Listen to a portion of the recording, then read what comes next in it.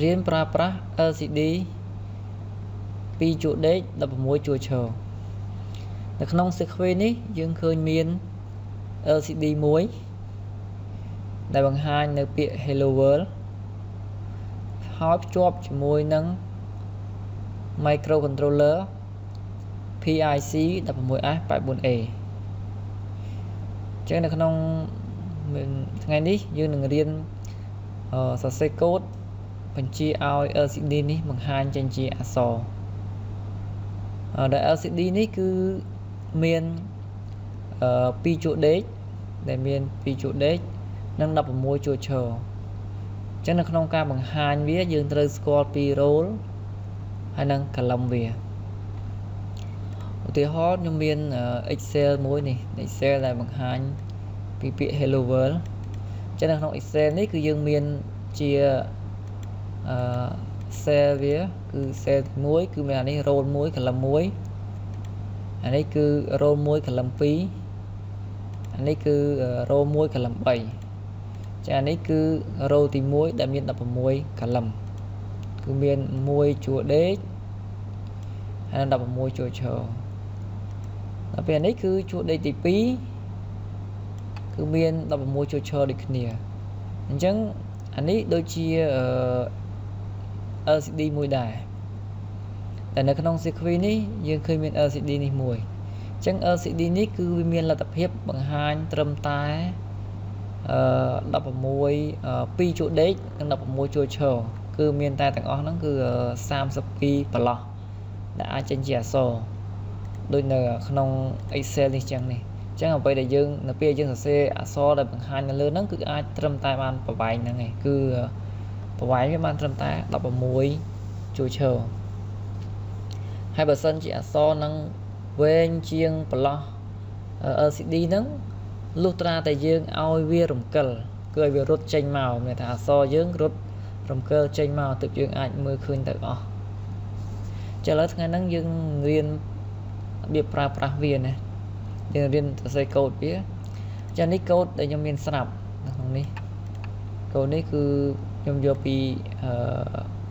library វាមកឥឡូវយើងមើលលើ sequence អញ្ចឹងនៅក្នុងហ្នឹងគឺ LCD គឺមាន14ជើងណានៅក្នុង sequence យើងគឺយើងឃើញ LCD មាន14ជើងជើងទី1គឺជើង ground PS ជើងទី2គឺជើង power វា 5V គឺសម្រាប់ភ្ជាប់ទៅតង់ចុង 5V ជើងទី3 VEE គឺជើង contract គឺយើងដាក់ resistance ប្រែប្រួលមួយដើម្បីតម្លាក់តង់ចុងវានៅកន្លែងនេះគឺយើងប្រើជាលក្ខណៈ Coca voltage divider គឺជើង VEE នេះគឺ control ទៅដោយតង់ចុងហើយតង់ចុងនេះគឺយើងអាចបំរែបំរួលតាមរយៈនេះ resistance ប្រែប្រួលនេះហើយជើងហ្នឹងគឺមានតួនាទីសម្រាប់ធ្វើឲ្យអក្សរដែលលើ LCD នេះអាចចេញមកជាលក្ខណៈព្រិលឬក៏អាចឲ្យវាច្បាស់អញ្ចឹងអក្សរនៅលើ LCD នេះអាចឲ្យវាចេញរាងព្រិលឬក៏ច្បាស់បានតាមរយៈresistance ប្រែប្រួលមួយនេះតែយើងអាចមួលសារ៉េវាទៅអាចធ្វើឲ្យវានឹងច្បាស់ឬក៏ចេញរាងព្រិលនៅនឹងជើងទី3ដល់ពេលជើងទី4នេះគឺ select register select ហើយជើងទី5នេះ read ឬក៏ write មានថាយើងអាច read ទិន្នន័យចេញពី LCD ឬក៏យើងចង់ write ទិន្នន័យចូលទៅក្នុង LCD វិញជើងទី6គឺជើង enable D0 ដល់ D7 ជើងទាំងអស់ហ្នឹងជើងជាជើង data ទាំងអស់ហើយនៅក្នុង sequence នេះគឺយើងភ្ជាប់តែ4ជើងទេគឺយើងប្រើ4 bit interface គឺយើងប្រើតែ4ជើងអញ្ចឹង4ជើងនេះគឺយើងភ្ជាប់វាទៅក្រោយចាឥឡូវយើងទៅមើលនៅក្នុង help យើងនឹងឃើញពីរបៀបភ្ជាប់ជើងហ្នឹងចាឥឡូវខ្ញុំចូលទៅក្នុងកម្មវិធី Micro C វិញហើយយើងចូលទៅក្នុង help នេះគឺជា library វាយើងចូលក្នុង library វាមកយើងឃើញពាក្យថា LCD នេះគឺជា LCD អញ្ចឹងមានថានៅក្នុងsoftware ហ្នឹងគឺវាមានបង្កើតនៅ library រួចហើយឯងឲ្យតែយើងចេះហៅវាមកប្រើគឺវាអាចដំណើរការបានណាចាឥឡូវខ្ញុំនឹងចុចចូលទៅក្នុង happy ចឹងយើងបលាតវាមកខ្ញុំចុចគឺនេះវាចេញផ្ទាំងនេះមួយណាតោះមកយើងឃើញ LCD library ចុចលើវាពីរដងមកយើងនឹងឃើញគេដាក់ហើយនេះគេដាក់ថា LCD library អញ្ចឹងនៅក្នុង help នេះគឺគេប្រាប់យើងឲ្យយើងប្រើតែ4 bit នេះគឺ 4 bit interface អញ្ចឹង 4 bit interface ហ្នឹងគឺគេសំដៅទៅលើអាការតភ្ជាប់នេះភ្ជាប់ខ្សែនេះ4ខ្សែដោយសារតែខ្សែ data គឺយើងប្រើតែ4នេះអញ្ចឹងអាការតអញ្ចឹងគេហៅ 4 bit interface គឺយើងប្រើតែ4ខ្សែយើងឥឡូវយើងមើលទៅលើ help វាវិញអញ្ចឹងនៅក្នុង help ហ្នឹងគឺគេមានfunction គេស្រាប់នេះអញ្ចឹងទី1គឺ LCD init នេះយើងមើលទៅលើនេះដើម្បីប្រើប្រាស់នៅ function ហ្នឹងបានអញ្ចឹង function ហ្នឹងគឺសម្រាប់ដាក់បញ្ចូលនៅ LCD អញ្ចឹងនៅពេលដែលយើងប្រើប្រាស់ LCD ជាមួយ micro ត្រូវតែមានLCD init ហ្នឹងហើយគឺមានថាពេលហ្នឹងគឺយើងកំពុងតែប្រើ LCD យើងត្រូវដាក់ LCD ភ្ជាប់មួយនឹង micro ធ្វើសរសេរកូដនឹងចូលអញ្ចឹងបើចង់សរសេរពាក្យថា LCD init នឹងបានវាទាមទារនេះ requirement វាទាមទារឲ្យយើងប្រកាសអថេដែលអថេទាំងអស់ហ្នឹងមានដល់ទៅនេះទាំងអស់នេះមានដល់ទៅ12អថេនេះគឺមាន variable គេថា global variable គឺឲ្យយើងប្រកាសអថេ12ជាប្រភេទ global នេះដែលគេបង្ហាញនេះគឺ LCD មានថា LCD លេខ D7 data កន្លែង data ទី7 6 9អថេregister select enable ហើយនេះគឺ direction វាកំណត់ direction input output អញ្ចឹងនៅពេលដែលយើងប្រកាសអានឹងហើយនៅលើជើង micro ហ្នឹងគឺយើងមិនបាច់ចាំសរសេរ 3A 3B ទេគឺវានឹងកំណត់ឲ្យអញ្ចឹងឧទាហរណ៍ដូចគេសរសេរឲ្យយើងមើលនេះអានេះគឺជា requirement គេអានេះគឺជាឧទាហរណ៍របស់គេអញ្ចឹងនៅក្នុងឧទាហរណ៍គេគឺគេ example មកគេថា LCD pin setting ន័យថា S bit នេះគឺ set bit LCD AS ទៅកាន់ជើងRB4 ហើយយើងមើលទៅលើ sequence វិញអញ្ចឹងនៅក្នុង sequence នេះអាហ្នឹងគឺគេសរសេរទៅតាមកូដហ្នឹងយើងអាចកែបានកូដដែលយើងសរសេរនេះឧទាហរណ៍ក្នុង example នេះកូដនេះគឺយើងអាចកែបានឬយើងអាចសរសេរដល់ខ្លួនឯងបានគឺតាមរយៈការភ្ជាប់ sequence ខាងក្រៅនេះហើយបើសិនជាយើងភ្ជាប់ sequence នេះផ្សេងការសរសេរកូដនេះគឺផ្សេងដែរប៉ុន្តែនៅក្នុងឧទាហរណ៍ដែលក្នុងវីដេអូខ្ញុំបង្ហាញនេះគឺខ្ញុំសរសេរកូដមកឲ្យត្រូវនឹងឧទាហរណ៍ទាំងអស់នេះអញ្ចឹងខ្ញុំនឹងងាយស្រួលបញ្យល់ប៉ុន្តែមិនមែនមានន័យថារាល់ពេលដែលប្រើ LCD ហ្នឹងត្រូវតែតបែបហ្នឹងរហូតទេយើងអាចតតាមរបៀបផ្សេងឲ្យតែយើងយល់គឺយើងអាចកែប៉ារ៉ាម៉ែត្រខាងលើនេះបានអញ្ចឹងនៅក្នុងឧទាហរណ៍នេះគឺខ្ញុំដាក់ឲ្យវាត្រូវគ្នាដើម្បីងាយស្រួលនឹងបញ្យល់អញ្ចឹងឧទាហរណ៍ថា set bit LCD AS មានថាគេកំណត់ជើង LCD គឺជើង AS ទៅកាន់ជើង B4 អញ្ចឹងយើងចាំមើលវិញអញ្ចឹងអានេះគឺជាអានេះ LCD អញ្ចឹងជើង AS វានេះគឺជើង AS អញ្ចឹងជើង AS នេះគឺគេតវាទៅកាន់ជើង B4 អញ្ចឹងអស់មកយើងឃើញ AR-B4 នេះអញ្ចឹងនេះគឺ AR-B4 អញ្ចឹងមានថាប្រសិនបើ hardware គឺផ្នែកខាងផ្នែករឹងនេះប្រសិនបើ hardware ជំនឿថាជើង ARS តទៅកាន់ E4 នៅក្នុង program យើងត្រូវសរសេរថា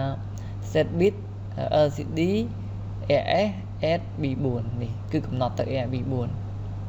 ហើយបើសិនជាខាងក្រៅនេះគឺអាជើង AS នេះតទៅជើងណាផ្សេង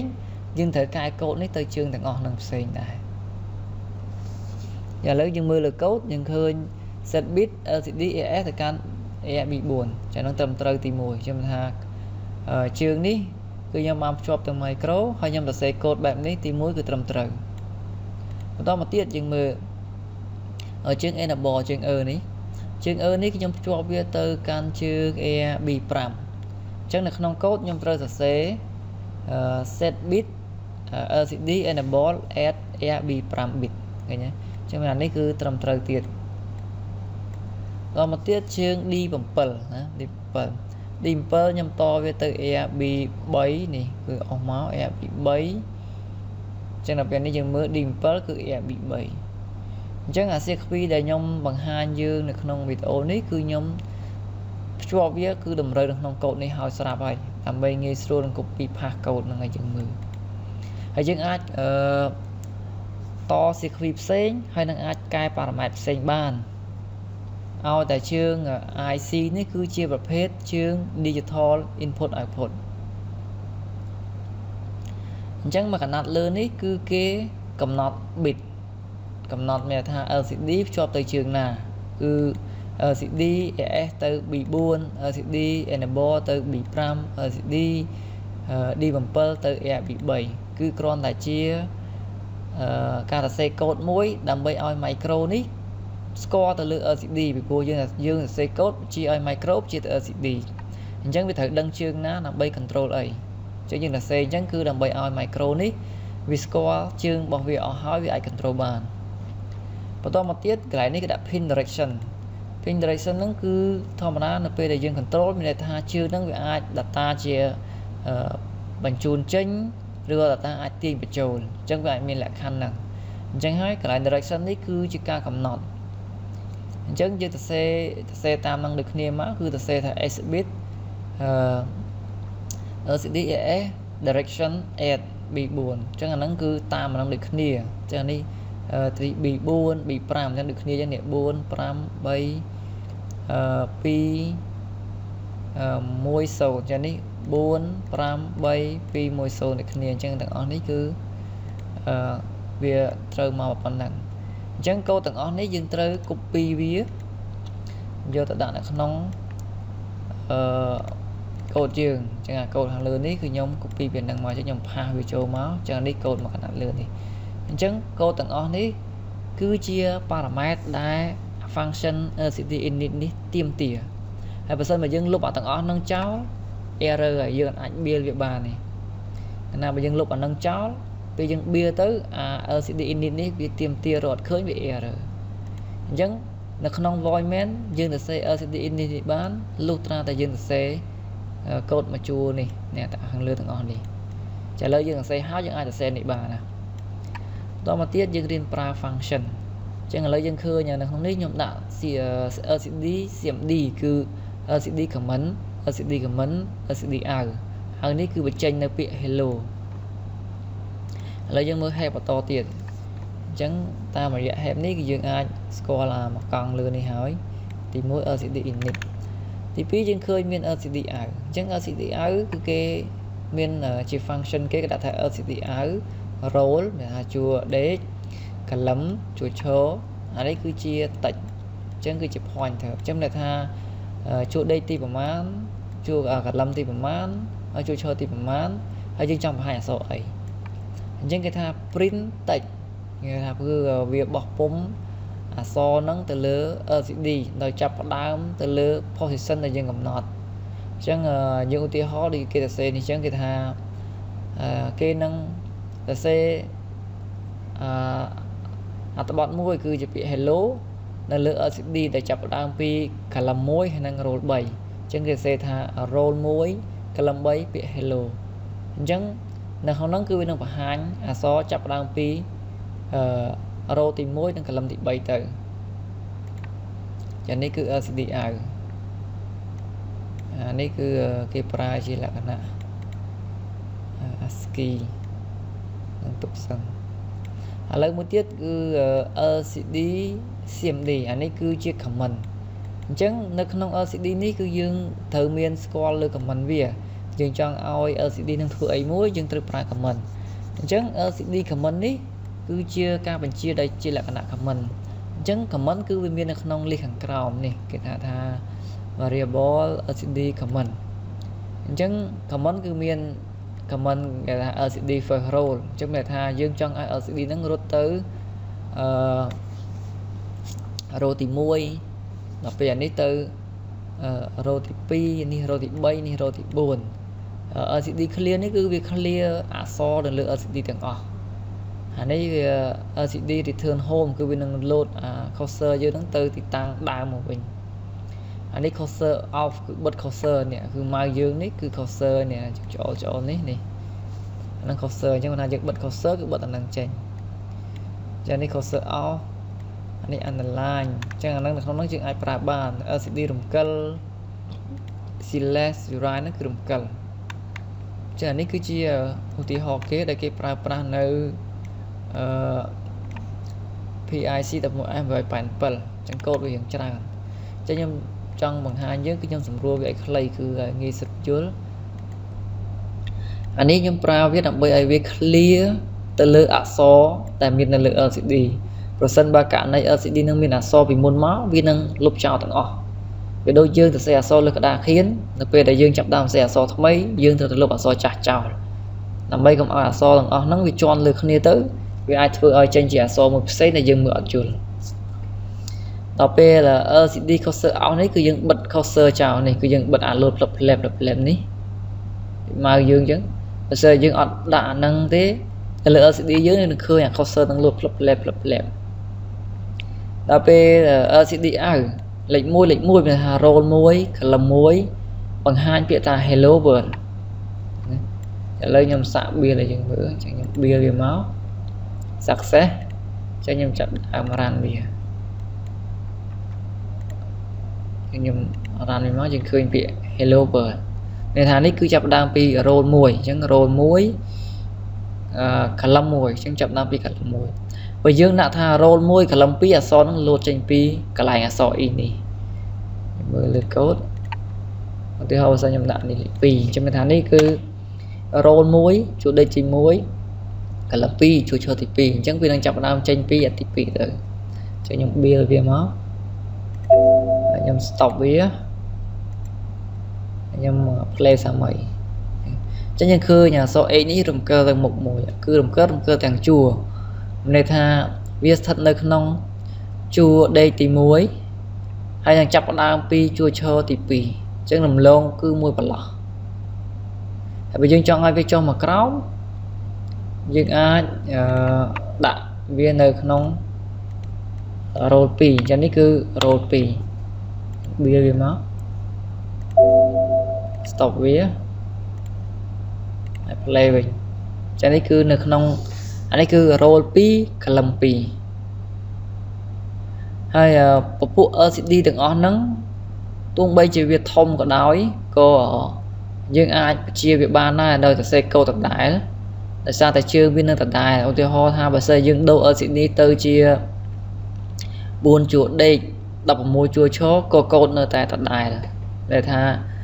nhưng ai sẽ xây câu này hỏi bàn tay nhưng ai tin LCD là miền buôn chuột đây đọc môi chua cho một đạo bàn cứ nơi ta càng xây câu nó tập đại này còn là không code nhưng ai time ta lừa roll này bàn ô tiêu thà lấy thằngนี้nhưng đã tha roll muối cả lâm pi và hai pịa hello world anh em ai xây time mà chua thiệt bàn là không nâng cho đấy cứ chua thì pi chẳng hạn này tha nhưng mà sẽ bị xén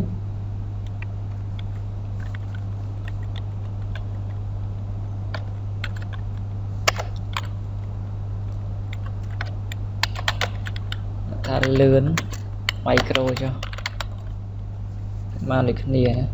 cho nên cứ ai bằng hai tranh màu pí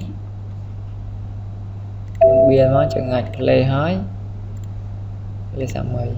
chứ người mà hai tranh màu pì cho nên cứ hello world hay cứ lươn micro hay person chỉ LCD năng viên cho ra hơn chỗ đấy nhưng aiจะ say time là không code dưới như những aiจะ say time rồi bay rồi buôn rồi pram như này chẳng code dưới nơi tập tài cả top chop chừng đá code dưới đừng còn add time nơi role nào để dương trong mà hai so chẳng là so đấy cứ tranh máu vì là phịch hai buổi dương trong ai vì đồng cấn nhưng ai đã comment việc bàn này ô tiêu ho đây được không hẹp ví dụ 10 là hẹp mà vĩnh này cái đã tha CMD chẳng ấy LCD CMD chẳng lấy nhầm đại sạn đã comment viền cho bạn tha copy paste nó ta nhầm delay motion làm bây giờ dừng khơi comment delay ms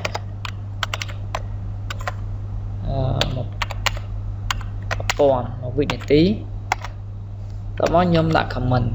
lấy trong comment viết trong comment ấy em cho ai vi rồng cơ từ đầm cho nhung copy comment ní giờ mà nhọt trâu là khang khăn này chấm là tha dạp cái màu vi này tí viên nâng rồng cơ từ đầm mùi chẳng bao giờ nhung copy giả nâng cho đặt ban pi bay tới viên nâng rồng cờ cho lấy nhung copy đã bày mà tha màu vi này tí rồng cờ muối màu vi này tí rồng cờ muối màu vi này tí rồng cờ mùi chẳng anh đi rồng cờ bảy đòn chẳng dừng mưa từ lừa tờ đi vĩnh em stop nó nhập play vía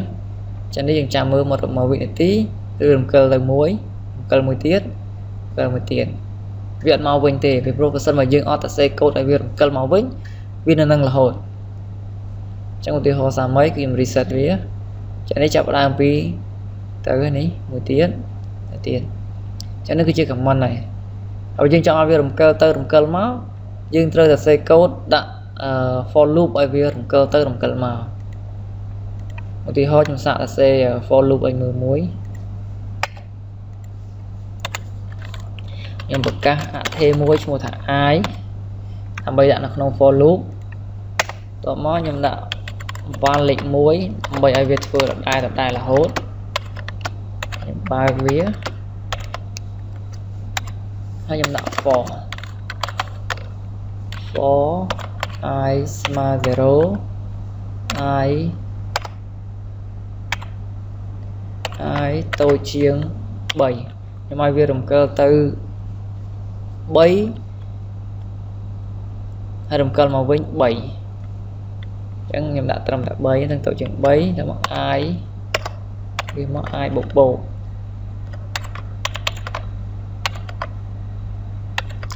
màu vinh cái nhầm đã động cơ ní trồn máu chẳng nhầm ai việc động cơ bị rối ai dừng lươn tạch lúc đi chào chúng ta for mùi ní bây giờ nhóm prao viết viên đang động cơ tới 7 về thà động cơ tới 17 chẳng có nhóm trong động cơ màu vĩnh nhóm tôi time for năng mùi tiết đặt là hàng crom hai ai việc động cơ máu hàng truyền bình chẳng nhầm đã tha select